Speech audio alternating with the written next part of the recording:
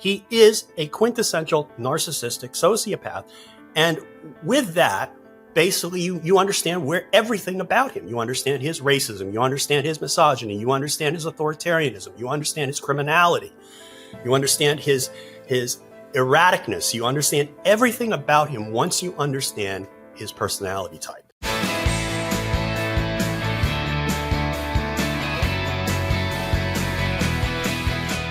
Hello and welcome to the Bulwark Podcast. I'm your host, Tim Miller. I'm excited to be here today with a contributor to The Atlantic, board president of the Society for the Rule of Law, co-host of a sister podcast here, George Conway Explains It All, to Sarah Longwell, and now the president of a new political action committee, Anti-Psychopath PAC. It's the man, the myth, the legend, George Conway himself. How you doing, man? Good. How you doing, Tim? I'm doing wonderful. Thank you for doing this. Before we get down to business, I do have to ask you about the most important family member. We stand Claudia here at the Bulwark Podcast, and I'm hoping that she can just take over our TikTok feed. And I'm just wondering if you think that's possible, how she's doing. Just a quick update. She would charge you a lot of money. Exorbitant fees? Yeah, no, what's her rate? Like? She's a capitalist through and through. I'm a capitalist. That's fine. She'll just basically say, no, you tell me how much you're willing to pay, and then she'll just say more. Okay. And then more and more. I mean, that's the technique she does with fathers. Okay. That's a sign of good parenting, probably. Yeah. That you've given her I'm the not so self. sure about that, but right. Yeah. Self-starter. She was born with the self-starter. I can tell you a story about her. Okay, here's a story. Please tell us one story about Claudia. Okay. We can do that. She was 2.5. Okay. And Kellyanne and I took her to the Rye Playland. I don't know if you know the Rye Playland. Mm-hmm. It's a public amusement park in Westchester County. And she and her twin brother, George, were with us. And they were our only kids at the time. And we sat down at 1:00 to have McDonald's at the concession there. And all of a sudden, George starts screaming, "Claudia hit me! Claudia hit me!" And so I go, "George, are you okay? Claudia hit me." And I say to Claudia, "Did you hit George?" And she looks up at me with this look. Not yet. 2.5. Okay, so it was all there. It was all, the programming was all there to begin with. Okay. Right, we'll send her our love. Big fans here. All right. You've got some new ads out with your new group, this Anti-Psychopath PAC. And I want to play those for people and talk about the strategy and what you're doing. But for folks who haven't kind of heard your bit on this, I sort of want to just go back to the real origin story about kind of identifying the oranges story of identifying the malignant narcissism traits. Because if you just think about him and what he's going to do purely within the context of what would a malignant narcissist do, it opens up a lot of doors for people. And so just talk about that part first, then we'll get into the PAC. Well, it was sort of a personal journey for me. I mean, I didn't know anything about this. I really, I took a high school course in psychology. I don't consider myself to be an expert in any way, except now I kind of know a lot about a couple of different things. And the psychologists tell me and psychiatrists tell me, you explain it better than we do. It started with trying to figure out what the fuck was wrong with Donald Trump. And, I thought going into 2016, like, okay, he's not my first choice. He's pretty much my last choice. And he'll have to learn. There'll be cringeworthy moments, but deep down, he wants to do the right thing by the country because that's what we all want. And he'll have people around him who are experts in things, and he'll have a lot of help, and he'll get the hang of it because obviously he's a successful guy. And I don't know. I might have to object to obviously on there, but you can continue. But no, that was look. It was delusional. Yeah. It was self-delusional on my part. Got it. All right. It was wishful thinking because what else do we got? Yeah, sure. Okay. All right, fair enough. So, and my wife was running the campaign. So why? I wanted it to all work. Rationalization is very powerful. Oh, it is. Well, yeah. Some people are still doing it 8 years later. But so he becomes president. And I'm wondering, what the fuck is his problem? Why does he keep saying stupid things? Why does he do this stupid stuff? And finally, I was lined up to be the head of the civil division in the U.S. Department of Justice, which is like the biggest law firm in the world. And I turned it down because I decided that this guy is just running a shit show, and it's always going to be a shit show. But I couldn't quite figure out what was his problem. There was something wrong with him. And long story short, at some point, I read an article in Rolling Stone, of all places, and it was written by a great writer named Alexa Morris, who basically says, does Donald Trump, the title of the article was, does Donald Trump have narcissistic personality disorder or something like that? Does it explain him? And I read this article, and they went through, there's this thing called the Diagnostic and Statistical Manual of Mental Disorders that's put out by the American Psychiatric Association, and we're on the 5th edition of it. And she went through the criteria for this disorder, this personality disorder called narcissistic personality disorder. And you go through all 9 diagnostic criteria. And I think only like 5 or 6 of them, I forget how many, are required in order to have a diagnosis. And he's like, checks every box. Yeah. And, pathological narcissists, they don't believe, they don't care about anybody else. They don't believe in anybody else. They're only in it for themselves. They have no empathy. I mean, he checked every single box. And I realized, okay, this is his problem. And then I started reading more. And the people who had figured this all out, mostly, and who had the best handle on it in 2016 and early on, were the historians, because the historians could tell you the kinds of personalities that led countries to ruin in the past. Right. Sure. And the psychiatrists and the psychologists who basically knew this character. They both knew this character type because they see them either in their practices or they see them in the history. Also, the third category, people that just know this fucking guy.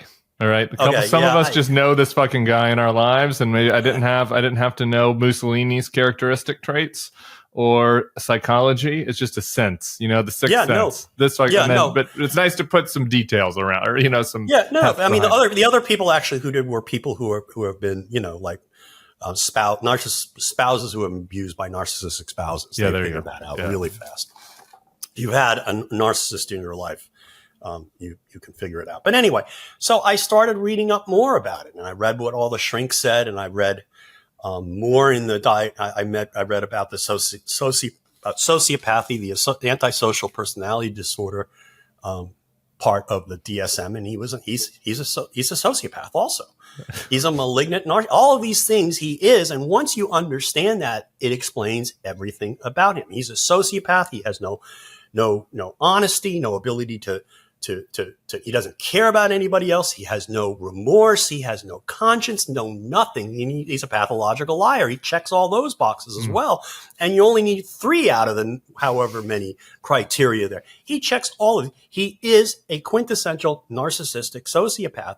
And with that, basically, you understand everything about him. You understand his racism. You understand his misogyny. You understand his authoritarianism. You understand his criminality. You understand his erraticness. You understand everything about him once you understand his personality type. And that's the short version of the long story. I got so into reading about this once I kind of understood it and realized, okay, now I understand Donald Trump, that I wrote an 11,000 word article. It was originally like 17,000 words for the Atlantic. I made it through about 3,200 words of it, and I was like, I got it, George. Yep, that's right. I agree. So if there's anything good in that last third, let me know. There's some good stuff, but no, I basically made the point that somebody with these personality traits can't be president, because the presidency is what lawyers call a fiduciary position. Fiduciaries, we think of people with trust accounts and who are managing money for somebody else, like their grandmother or whatever. But the biggest fiduciary position in the world is that of President of the United States, because you are charged with protecting the Constitution and laws, and you got the button.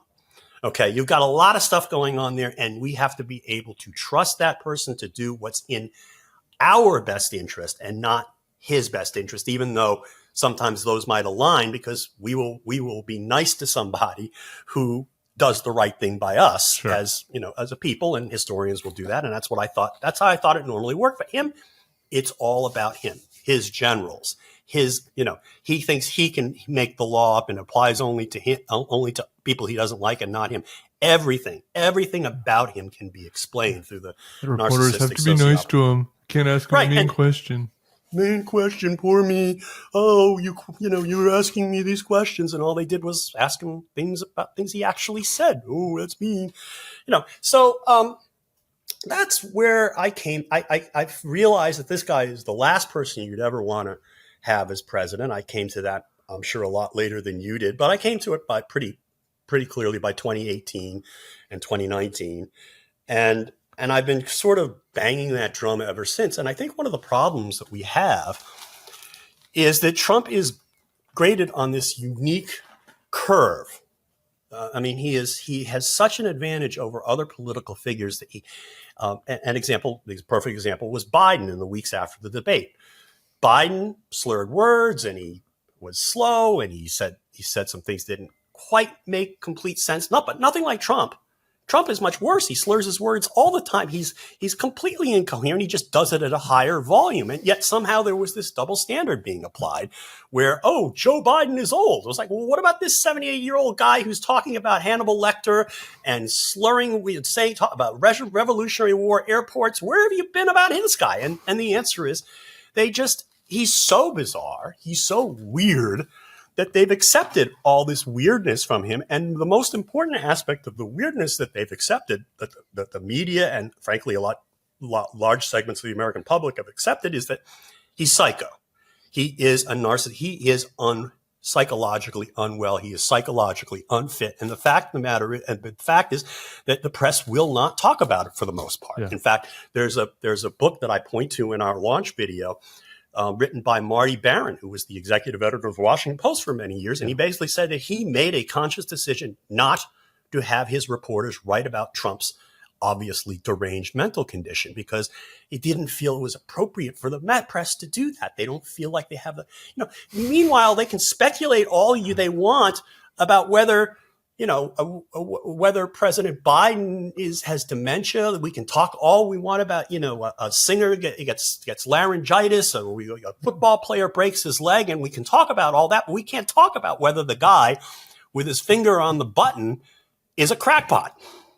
And so that's the double standard that has arisen over the years, and the fact that we don't treat Trump's obvious pathologies as pathologies means that we normalize it. Yeah, we have normalized this, and what we're trying to do is to point out, it's like, this isn't just weird. This is crazy in a bad way. Yeah, it may be funny sometimes. It's clinical. It's clinical. He is pathological, right? Yeah. It's like, and I think one of the advantages that Trump has had is that people think he's such a buffoon that he couldn't be that malicious. Right. It's like, yeah, he is a buffoon for a lot of the same reasons why he's very malicious. Right. Okay. Yeah. And that doesn't make him not dangerous. Right. Okay. And so anyway, that's the whole spiel, and that's the whole shtick, and that's the reason why I formed Psychopath. And Psychopath, the object is to explain his pathologies, to explain why his pathologies are dangerous and why they matter, to get the press finally to talk about it, and to trigger him into displaying those tendencies. Yeah. Okay, well, let's look at some of the examples. Just first, kudos to Alex Morris, by the way, who I love, who wrote that first article. I want to go find it, put it in the show notes, and get her on the podcast sometime soon. She's really good journalist. Over at Rolling Stone. Okay, so the pack. I think there's another thing. Even when it jumped out, you have to forgive me, George, because you're a troll. You like trolling. We like trolling. I say that as a compliment. And we are the trolls of America. Yeah, so it pops up on my feed. And I'm like, oh, this is fun. George is doing this fun thing to kind of trigger him online. And then I talked to our friend Sarah and others. I was like, oh, wait, no, you're doing a real thing here, actually. This is a troll and a real thing. Real advertising, real money behind it. It's in you're advertising in Palm Beach to get inside Trump's head, but now also in the swing states. It's up in Atlanta starting this weekend around his event. So let's just play one of the videos so folks can take a listen. Here's the most recent ad that's going to be up this weekend. I want anybody running for president to take an aptitude test, to take a cognitive test. I think it's a great idea. We agree, because you're insane. She was Indian all the way, and then all of a sudden she made a turn, and she went She became a black person. What does it mean to turn black? She failed her law exam. She didn't pass her law exams. Mr. President, are you saying she wouldn't pass? Just to be clear, I'm just giving you the facts. He did crap the bed today. The only question is whether he's going to roll around in it or get up and change his sheets. Chuck Schumer has become a Palestinian. He's become a proud member of Hamas. He did crap the bed today. They couldn't get their equipment working or something. They have bad equipment. And the mics are really in lousy shape that happen to be taking black jobs. You had the best. What exactly is a black job, sir? A black job is anybody that has a job. It goes on. It does go on. Yeah. So talk to us about the thinking behind that. Why do these ads? Well, doing these ads because we want to point out the weirdness and the abnormality, and then we want to give people a framework in which to understand it. And these particular ads, but by airing them where he can see them, leads him to respond. He trashed us the other day on Truth Social. And then at his rally the other night, he started talking about cognitive decline, which was the topic of the ad that he was mad about, and about Hannibal Lecter being a psycho. And of course, our ad was Psychopath ad. And that's a good thing. Whenever he's talking about cognitive decline, that feels like a winner for those of us who want him to lose. Of course. And that's part of the object is the more you bait him with look, narcissists are insecure. They are the most insecure people in the world. That's why they are narcissists. They have to pretend. They put up this false bravado and false, like, I'm a stable genius. I am the most everything. I know everything. I am the smartest and the most powerful and the greatest. And that is overcompensation on a massive scale for deep insecurity for this kid who was just, when he was a little kid, his father used to berate him for being incompetent, which he is. And so deep down, he bears those scars and he protects himself by putting out this image of invincibility. And when we show these ads, they get right under his skin. And he starts talking. He wants to be defensive. He wants to explain that he's a stable genius, that he can figure out what an elephant is on this senility test. This is and he gets crazier.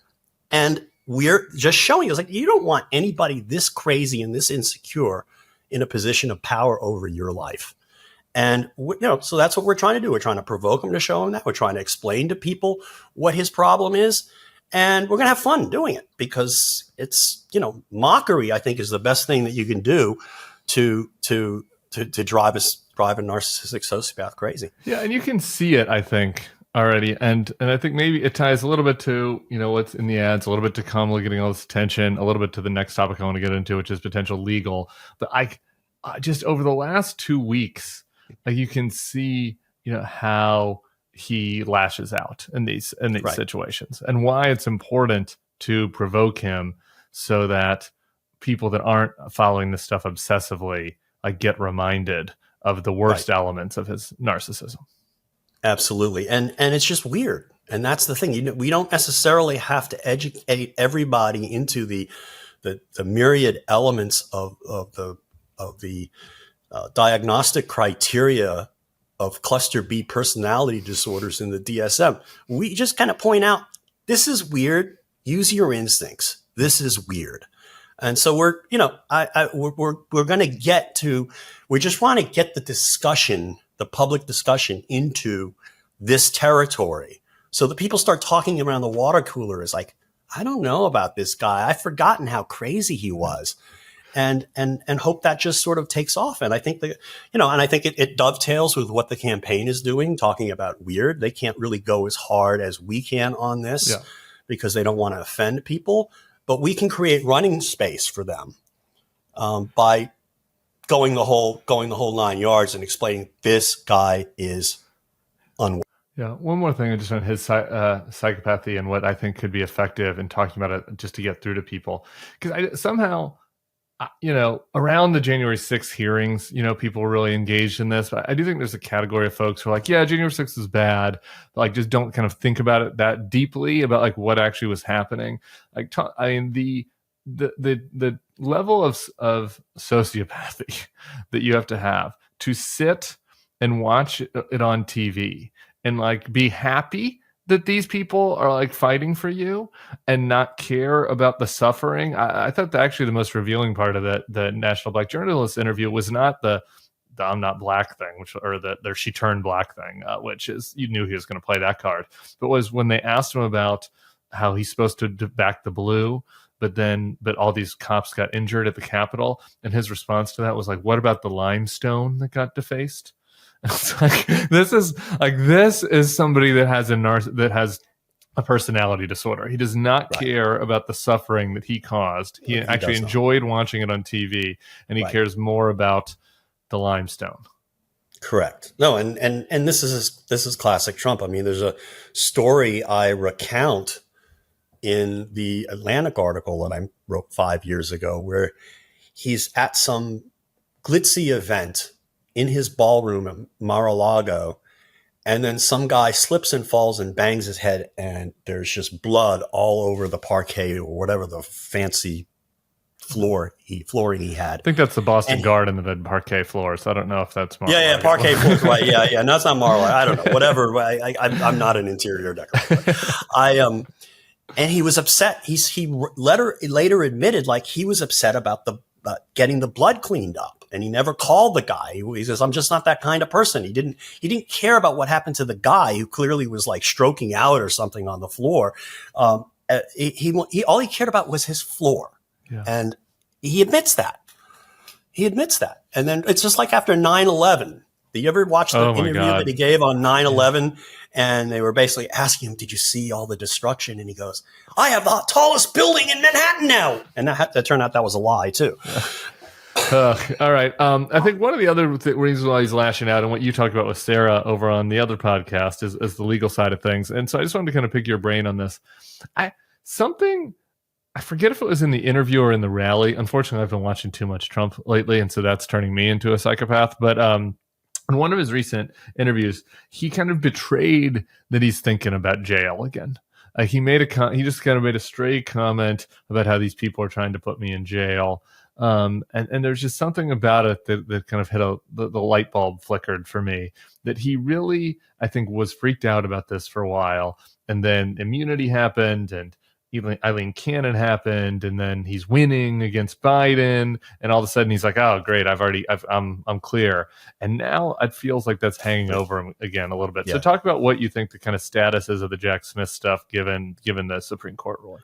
Well, let me just tell you. I mean, it is not new for him to be concerned about criminal liability. I'm going to tell you a couple stories here real fast. One is when I flew down with him and Kellyanne and Hope Hicks down to Washington 2 days before the inaugural on his plane. We were the only people on there. And what he wanted to ask me was, should I get rid of Preet Bharara, the U.S. Attorney for the Southern District of New York? I had no idea. Why is he asking me about whether he should get rid of Preet Bharara? But the reason was he wanted to have his own prosecutor in there because he's afraid of prosecution. And figured that out years later. The other thing was in 2020, Maggie Haberman was reporting that one of the reasons why he decided to run for re-election in 2020 was he's afraid of being prosecuted. In 2024. Okay. In 2020. He was thinking about not running? One of the reasons why he was running was because he wanted to keep control of the Justice Department so he wouldn't be prosecuted. And this has been a continual thing. This is about his freedom. He knows he's at grave risk here. And in terms of the immunity thing, temporarily helps him because it slows things down, but the case is going to go back to Judge Chutkan in the next day or so, maybe today. And, she can basically go through the record and she can say under the Supreme Court's test, even though the Supreme Court's test is complicated and messy and stupid in a lot of ways, there's plenty of stuff he did, particularly with regard to the false elector certificates, that is chargeable. And so he's not going to be able to get off. I mean, maybe it'll take a few years, but he's not going to be able to get off on that. And then if you go back to the Mar-a-Lago documents case, I mean, he's dead to rights there. That's like a penny ante drug bust. Okay. They come in, they go into the crack den and they go into the basement and there's all the crack making equipment. Well, that's what he did. He had all the documents there and he has no legal basis to avoid. There's no immunity for that because all the obstruction that he engaged in, the hiding of the documents, the lying about the documents, he wasn't president then. So he's got big problems, and he's got that, he still has the conviction in New York that I don't think is going to be overturned, because I don't think, even though there's a statement in the court's opinion about how evidence of official acts can't be used in any way, even if the charge doesn't involve official acts. None of this involved official acts, because it involved his own personal funds and who he was directing checks to in payment for a payment of hush money that was designed that was paid before the election, was designed to get him elected president, and wasn't part of any official duty that he ever had. So he's got a lot of different problems. I think in the end, if he doesn't get elected president, and I felt this for a long time, he's likely to spend a good chunk of the rest of his life in jail, if not the rest of his life in jail. And so he knows that. And he deeply is afraid of that. And that's why you hear him talking about that every so often. It's really it weighs on his mind. And it's got to be, it adds to the stress on his already beleaguered personality. Just crossing my fingers over here every time I hear you say that, George. I just hope you're right. I've never hoped you were right more. Just on the Supreme Court thing we were talking about, what was your... do you have any thoughts on the proposed Biden Supreme Court reforms? I mean, obviously they're not going to come to pass, but I'm just curious what you think on the merits of them. On the merits of them, I mean, look, I'm absolutely for anything that tightens up the ethical standards. In terms of what people are calling term limits, but you can't really limit the terms of Supreme Court justices. It's complicated how they can do it, but they probably can do it. I've always thought that was a good idea, frankly, because I have always held the opinion for many, many years, and particularly long before Trump, that the Supreme Court is too powerful a body. And it is sort of accreted a lot of power because for lots of different reasons. One is, Congress doesn't want to be the deciders, doesn't want to be the decider. And also because they sort of got ahead of themselves. I mean, like Roe v. Wade, I wouldn't have overruled it, but I thought it was wrongly decided to begin with, because the court basically just got into a business that it didn't have any business getting into, and then created basically a statutory framework for all time, and answered all sorts of questions it didn't have to answer at once. Even Ruth Bader Ginsburg wrote a great article once saying, they should have just decided the case before them. Right. But these guys, these people just think that they are so important that they have to set down a rule for the ages, to quote Justice Gorsuch at the argument on the immunity case. And so they're deciding all sorts of issues for all time that don't need to be decided. And they're not really behaving like judges. They're behaving like legislators or gods. Yeah. And so I think there is something to the idea they that should think of themselves more like glorified traffic court judges and less like somewhere in between. They can do better than traffic court judges, but they really, they just really have to stick to calling balls and strikes and adjudicating the specific case in front of them, instead of trying to figure out what the perfect world is going to look like if we, and decide the next 50 cases instead of just deciding one. And I think part of that comes with the fact that you can get on the court at age 45 and be there till 90. Right. And I do think that having some system whereby the presidents get to appoint more judges, a certain number of judges per term, justices, and then you basically have the panel, the Supreme Court sit in groups of 9 that where we have the youngest 9 sitting most of the time. I think there's some kind of play there that would actually improve the functioning of the Supreme Court and depoliticize the confirmation hearings, which have been. I'm glad to hear you say that, because I agree with that instinctively, but I'm not a lawyer and wasn't schooled in the FedSoc ways like you. So I was like, is this just me being a casual or a lib? It's out of control. Pete put this out when he was first running. I just thought that they were reasonable. His point was like, we need more consensus choices, shorter terms, consensus, like just figuring out a way to do that and not, which that I think is much more defensible and makes more sense than sometimes the people that are like, pack it, like we need to rebalance it the other way, like the ideological arguments are less compelling. Right. That just makes the court into more of a political football than it already is, which is bad. A new article this morning. I don't know. I mean, it's pretty long, so I don't expect us both to have read all of it today. But I just think at the general, it's important to talk about a Washington Post piece Carol Lenig is on it. $10 million cash withdrawal drove secret probe into whether Trump took money from Egypt. I'll just take the nut graph for you here. They learned through interviews with the candidate's closest advisors that they had pleaded with Trump to write a check to his campaign for a final blitz of TV ads. Trump repeatedly declined until October 28th, roughly 5 weeks after meeting with Sisi, sort of the autocrat in Egypt, when he then announced that he would allow for a $10 million infusion of his own money into the campaign. In the context of the Egypt intelligence, investigators considered the amount of point of interest because they were looking into a withdrawal from a bank in Egypt of like $9.98 million, which is pretty close to $10 million. We don't, this is investigations ongoing. Mueller looked into it, but I wanted to get your take also because it reminded me of something that I think has been very covered, which was John Bolton during his book tour gave a private speech where he said that he thought Trump made decisions based on business interests, and he particularly cited Turkey, Saudi, and Egypt as the countries that he was interested in, and he was the fucking national security advisor. So I don't know, open room for thoughts on any of that. Yeah. Well, I mean, there's a really dramatic description in that Washington Post piece about people at an Egyptian bank loading up that cash into bags. It weighed about 200 pounds, supposedly, and it was consisted of a good chunk of Egypt's foreign reserve in U.S. dollars, reserve currency. And so you have to wonder, where did that money go? I don't know that we'll ever know. I think there are going to be a lot of things that we're going to learn about the Trump years over the next many years, that we're just going to keep learning stuff as the onion gets peeled back. Yeah. And this is, maybe someday we'll get to the bottom of this. It's certainly very strange.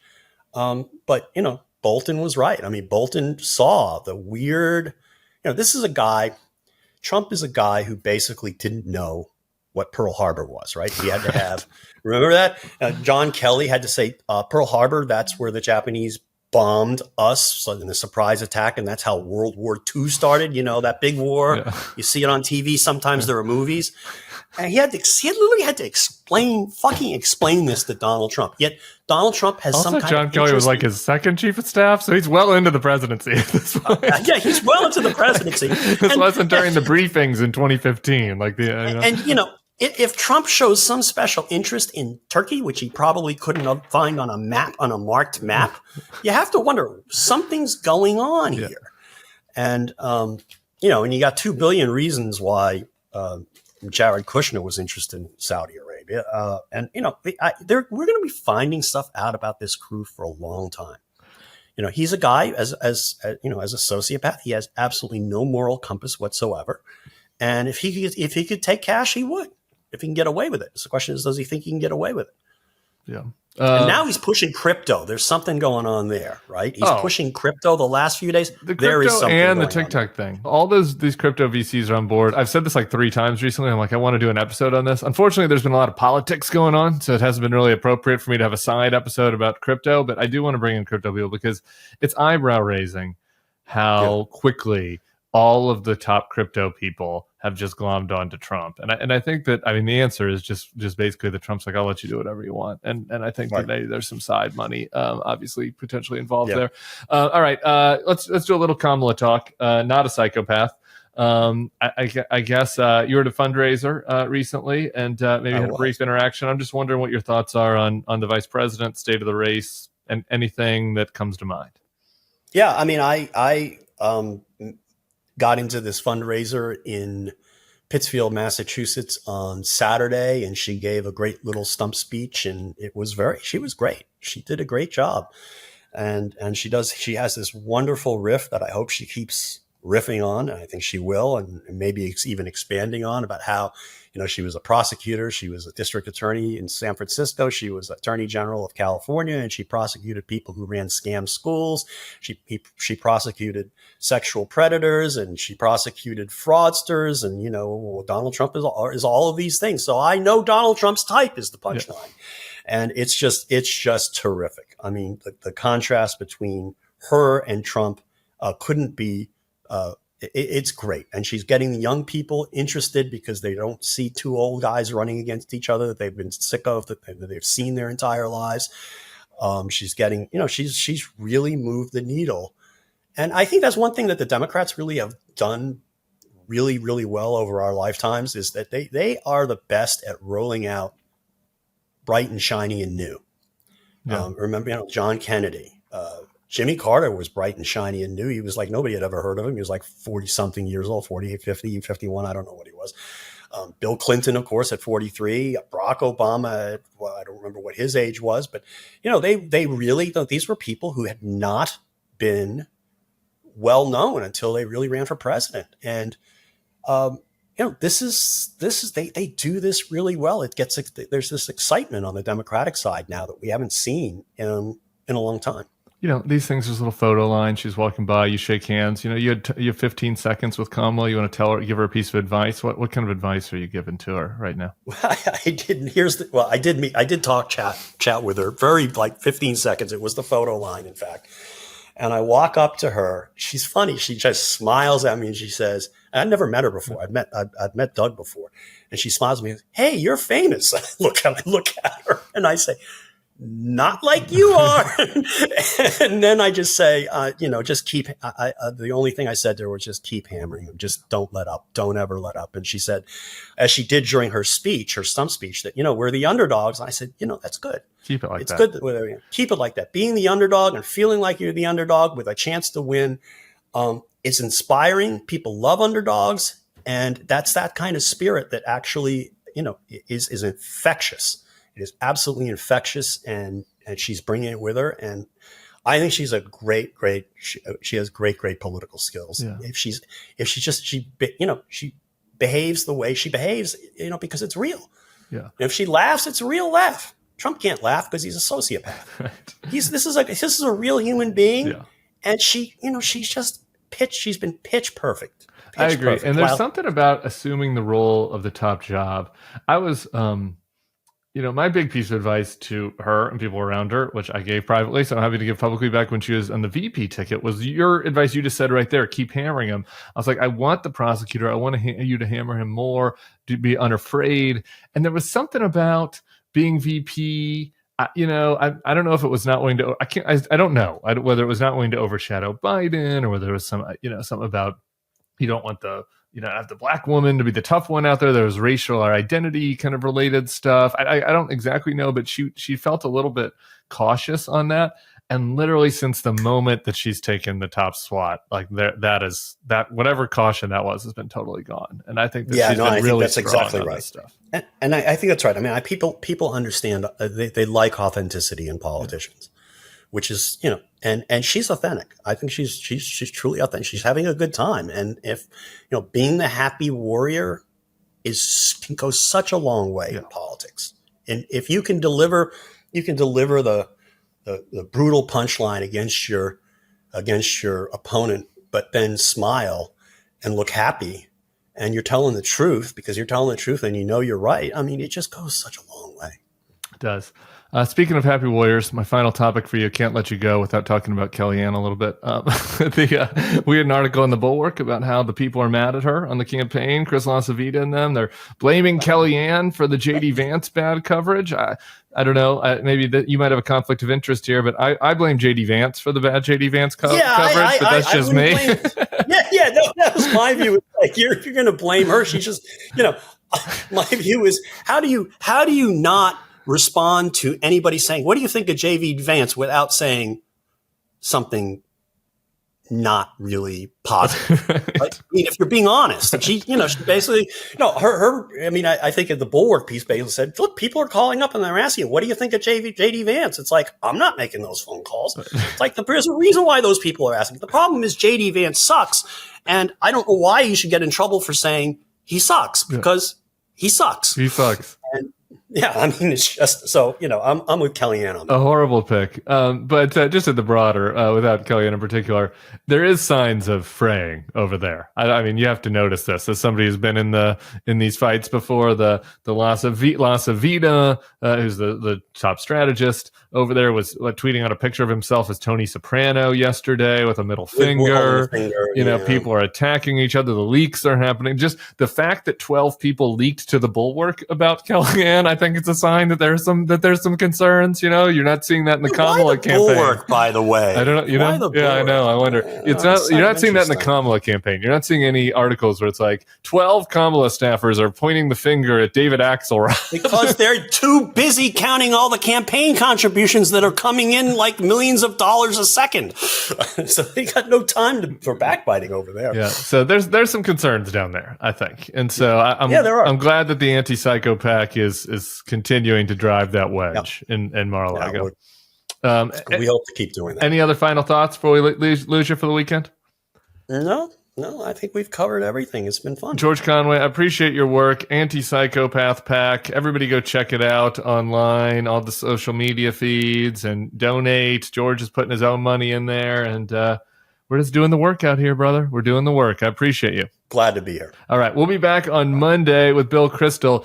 If there is a Kamala VP leak this weekend, probably won't do a bonus podcast unless it's Pete. If it's Pete, I might have to do a special bonus podcast if it's Pete. But if it's anybody else that leaks this weekend, I might hop onto YouTube. So check out the Bulwark YouTube page and subscribe. George is on there sometimes too.